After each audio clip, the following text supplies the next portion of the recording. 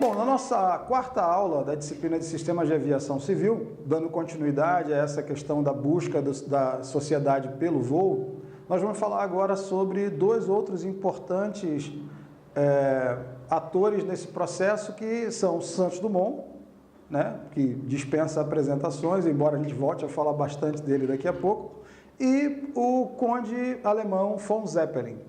Né? O Santos Dumont tem um papel fundamental para a aerostação. Aí já guarde esse conceito. O balão é aeróstato ou aerostato, tanto faz. E aerostação é o ato de utilizar o balão.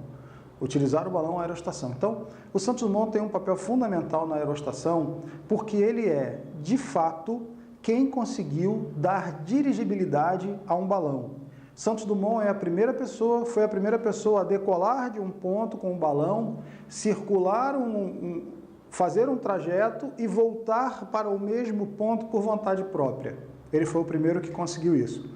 Então vamos falar um pouco de Santos Dumont, depois a gente fala da ação do barão von Zeppelin, ainda falando sobre o balão.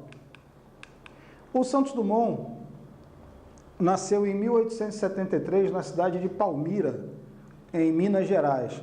Hoje, notadamente, com o nome merecidamente, a cidade tem o nome de Santos Dumont. Mas o Santos Dumont, ele nasce filho de um engenheiro chamado Henrique Dumont, e esse engenheiro, ele implantava ferrovias para o governo brasileiro. Ele era contratado por uma empresa e ele implantava ferrovias. Ele construía as pontes que as ferrovias precisavam, ele fazia os túneis, ele era o responsável pela implantação. Ele começou a juntar algum dinheiro e ele querendo investir esse dinheiro, procura o sogro dele, que já era um plantador de café, e pergunta: o que eu faço com o meu dinheiro? O sogro diz: olha, invista no café, porque o café ele vai se tornar o ouro negro. O Henrique Dumont começa a investir o seu dinheiro em café, prospera, e quando o Brasil era o maior produtor de café do mundo, Henrique Dumont era o maior produtor de café brasileiro. Ele dominava aquela região entre Minas e São Paulo, com várias fazendas de café, e ele era tão rico que ele construiu a própria ferrovia, com os próprios trens, para levar sua produção até os portos para poder exportar o café. É nesse ambiente que nasce o menino Alberto. Alberto nasce e desde cedo já desponta para as coisas da mecânica. Ele começa a ver os trens, as máquinas. O Henrique Dumont inventa uma máquina de separar os grãos de café. E o Alberto Santos Dumont acompanhava isso. Ele ajudava na manutenção das máquinas, ele ajudava na manutenção das locomotivas do trem. Ele foi crescendo nesse ambiente. Em determinado momento, o Henrique Dumont sofre um acidente andando a cavalo, fica tetraplégico e vai para a Europa para tentar buscar um tratamento. É quando o Santos Dumont vai para a Europa também, junto com a sua família. Na Europa, Santos Dumont, interessado sempre com essa coisa de máquina, aí uma pequena curiosidade, ele toma contato com o primeiro automóvel e ele fica tão surpreso em ver um automóvel que ele vai até os irmãos Peugeot e compra um automóvel, e o Santos Dumont é o responsável por trazer ao Brasil o primeiro automóvel que se tinha visto aqui em terras brasileiras, um automóvel Peugeot. O Santos Dumont estava com 15 ou 16 anos nessa época. Um pouco depois disso, o pai do Santos Dumont, já numa condição enferma muito séria, ele chama o garoto e diz: olha, eu te deixei uma fortuna, eu vou te deixar uma fortuna suficiente para que você não precise trabalhar, nem você, nem seus filhos, nem seus netos. E eu quero que você se mude para a Europa e que você estude, principalmente a física e a matemática, porque o futuro da humanidade está na mecânica. Era o pensamento do engenheiro, né, de ferrovias, Henrique Dumont. E o garoto Santos Dumont vai para a Europa nessa condição.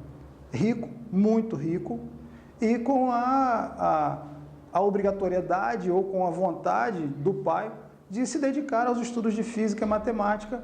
E uma vez na Europa, ele se depara com a efervescência que Paris estava vivendo. Ele chega em Paris no auge da Belle Époque francesa, a gente vai falar um pouco disso um pouco mais à frente, E ele começa a se deparar com aquela coisa do automóvel, das máquinas. Num determinado momento, ele compra um carro e funda, junto com os amigos, o Automóvel Clube de Paris, e começa a correr de automóvel. Santos Dumont era um sportsman, era a palavra usada na época para o desportista, ele era piloto de automóvel, piloto de corrida de automóvel. Numa dessas corridas, ele vê um balão pousando. Ele para o carro, vai até o tripulante do balão e diz: gostei disso aí, me leva para fazer um voo. Esse balão era um balão fabricado pela casa Lachambre, e esse piloto era André Lachambre, um fabricante de balão. O Lachambre faz o voo com o Santos Dumont, ele fica encantado, lembra daquela fixação, aquela fascinação que nós temos com o voo? Ele fica encantado com aquilo e diz: eu quero um balão, me vende o seu balão. O Lachambre diz: não, eu não posso te vender o meu balão, eu uso esse balão, se você quiser eu faço um para você. O Santos Dumont diz: não precisa, eu vou fazer o meu próprio projeto e você constrói para mim. E assim foi feito. O Santos Dumont constrói o primeiro projeto de balão, o balão número 1, e ele faz o projeto, o Lachambre constrói o balão e ele voa pela primeira vez de balão num balão próprio, um balão desenhado por ele. O que incomodou ele no balão foi justamente, era um balão esférico, e esse balão esférico ele não conseguia dirigir, ele simplesmente subia e descia. Isso deixou bastante incomodado. Ele se lança nos estudos, baseado nos estudos de Júlio César, tendo observado o desenvolvimento do amigo dele, o Augusto Severo, ele se lança nos estudos de dirigibilidade. Isso mudaria a história da humanidade para sempre. Quando Santos Dumont resolve dirigir o balão, ele dá o primeiro passo para construir o avião. E aí a gente vai falar disso um pouco mais à frente nas outras aulas, mas vamos manter ainda o Santos Dumont com os balões. Ele chega a Paris em 1892, em 1898 ele faz esse primeiro voo de balão com o Lachambre como passageiro, e está aqui o balão que ele mesmo construiu. Você pode observar na imagem o Santos Dumont número 1. Preocupado com a dirigibilidade, ele começa a trabalhar o balão fusiforme, por orientação de Júlio César, por orientação de Augusto Severo. Ele começa a trabalhar com o balão fusiforme. Em 1899, ele consegue contornar a Torre Eiffel com o balão dele. Em 1901, já com o balão número 6, ele ia numerando os inventos dele. Já em 1901, com o balão número 6, ele se lança num prêmio oferecido pelo Aeroclube de Paris e pelo rico empresário Deutsch de la Mer, que era o prêmio Deutsch. O prêmio Deutsch consistia em decolar de um determinado lugar em Paris, contornar a torre e regressar ao mesmo ponto num tempo determinado. Santos Dumont se lança nessa tarefa, constrói um balão especificamente para isso, o número 6, vence o concurso, é aclamado pela população parisiense e se torna simplesmente o aeronauta mais importante da sua época. Ele chega a ser considerado a pessoa mais influente da França, exatamente nessa virada de século. Depois da conquista do prêmio Deutsch, Santos Dumont continua na pesquisa com balão, mas ele é desafiado pelos amigos a inventar a máquina de voar. A partir de 1903, ele começa a se dedicar à invenção do que seria o balão, do que seria o avião. Mas isso é assunto para a nossa próxima aula. Vamos deixar o Santos Dumont aí, por enquanto, nos balões. Após a conquista do prêmio Deutsch, Santos Dumont continua com os seus experimentos com balões. Mas ali, nos idos de 1903, ele é desafiado pelos amigos a inventar uma máquina de voar. E ele começa a fazer um trabalho em paralelo, de pesquisa com balão e pesquisa para inventar a tal máquina de voar, que depois ficaria conhecida como avião. Vocês podem ver nas imagens aqui, o Santos Dumont número 3, o balão que ele primeiro conseguiu dirigir, o Santos Dumont número 6, fazendo o contorno da torre. Essa imagem, a efervescência em Paris dessa época era tão grande que essas imagens são as primeiras capturas realizadas pelos irmãos Lumière, os inventores do cinema. Então, enquanto Santos Dumont estava voando seus balões e estava inventando o avião, os irmãos Lumière estavam aperfeiçoando o que a gente teria hoje como cinema. Renoir estava pintando, Rembrandt, e você tem uma série de outros artistas, todos concentrados nessa época, produzindo em Paris. É o que a gente chama de Belle Époque, mas assunto para a nossa aula um pouco mais à frente. Bom, em paralelo aos trabalhos do Santos Dumont, acontece na Alemanha de surgir um ex-oficial do exército alemão que, depois de aposentado, começa a se dedicar à aviação. É o Barão von Zeppelin. O Zeppelin, que notadamente deu nome ao artefato, né, nomeou o artefato, o Zeppelin, quando o Santos Dumont para de trabalhar com balão e começa a se dedicar aos aviões, o Zeppelin começa a se dedicar aos balões como meio de transporte de massa. Ele pensa que o balão dirigível, né, ele pode ser utilizado, e fez isso, realizou isso, como meio de transporte de massa. E consegue o financiamento para a construção de uma fábrica de dirigíveis que ele vai usar um pouco depois para fazer realmente o transporte de pessoas, transporte inclusive transatlântico. Ele consegue sair da Europa, vir até a América do Sul e ir até a América do Norte nos seus dirigíveis chamados Zeppelins. O Zeppelin, ele começa a trajetória dele na Alemanha, ele nasceu em Constança em 1837 e em 1900 ele termina o projeto do LZ-1. Esse LZ-1, a sigla em alemão para dizer dirigível, né? Então o LZ-1 ele lança em 1900. Em 1900, o Santos Dumont já está deixando de trabalhar com balão, tá? Ele ganha o prêmio Deutsch em 1901, mas ele já está abandonando a história do balão e sendo desafiado a trabalhar com os aviões. E o Zeppelin está investindo exatamente na trajetória dos Zeppelins. E aí ele trabalha, em 1907, constrói a fábrica de Zeppelins e começa a produzi-los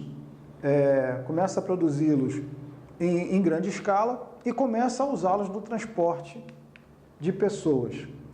A fábrica produziu mais de 100 aeronaves que voaram o mundo inteiro, foram usados na Primeira Guerra, chegaram a ser usados ainda alguns na Segunda Guerra como esforço de guerra, mas em 1937 houve um grande acidente com um dos Zeppelins chamado Hindenburg, e esse Zeppelin nos Estados Unidos ele se choca com a torre de atracação, ele pega fogo, ele explode e mata todas as pessoas, ou mata boa parte das pessoas que estavam ali envolvidas na operação. Isso foi bastante chocante porque, como o pouso de um Zeppelin era algo inusitado, havia um registro daquilo que estava ocorrendo. Havia câmeras de cinema, havia câmeras fotográficas, e essas imagens são conhecidas e foram amplamente divulgadas. E o Zeppelin, ele usava o gás hélio. O mesmo acidente que ocorreu com Augusto Severo lá em 1902, que o vitimou, acontece em 1937 com o Hindenburg. E isso deixa claro para a sociedade que o Zeppelin, naquela condição, como meio de transporte, era inviável, porque o risco de acidente era muito grande. Hoje a gente ainda tem alguns Zeppelins sendo usados para fotografia, mas não mais para transporte. Há até uma empresa dedicada a fazer um grande Zeppelin, já usando outros materiais, outro tipo de ar para poder se deslocar, mas ainda é algo que não está no mesmo nível da aviação. O avião realmente conseguiu ocupar o lugar que o Zeppelin ocupou inicialmente no transporte de pessoas. Isso graças ao trabalho do Conde von Zeppelin. Aí a gente tem a imagem aqui do Hindenburg, essa é a imagem do acidente, exatamente como aconteceu. E, curiosamente, nós temos aqui uma imagem de um Zeppelin sobrevoando a cidade do Recife, em Pernambuco, nos idos de 1926. Os Zeppelins faziam essa rota da Europa para as Américas, eles desciam, cruzavam o Atlântico, aportavam em Recife, depois iam para Salvador, Rio de Janeiro e desciam até Buenos Aires, na Argentina, nessa rota da América do Sul. E aqui a gente tem uma imagem, você pode ver uma imagem do Zeppelin sobre a cidade do Recife. Já o Zeppelin nessa época já ostentando duas suásticas, porque era o momento em que o partido nazista, que ainda não era aquele nazismo que vem ocorrer na Segunda Guerra Mundial, mas era o momento que o partido nazista estava ganhando força na Alemanha e ocupando o poder. Você vai encontrar imagens de Zeppelins ostentando suásticas. Obviamente, nessa época, a noção que se tinha disso tudo era muito pequena, ainda a gente não sabia o que ia se tornar esse nazismo. De toda forma, fica o trabalho de von Zeppelin. Santos Dumont, que consegue realizar a dirigibilidade do balão de fato, baseado nos trabalhos de Júlio César e de Augusto Severo, e o von Zeppelin, que entendeu que aquele balão dirigível que o Santos Dumont estava voando podia ser trazido para um meio de transporte de massa, podia ser fabricado em larga escala e ser utilizado no transporte conforme ele fez. A partir desse momento, a gente vai se dedicar agora aos trabalhos de Santos Dumont na invenção do avião na nossa próxima aula.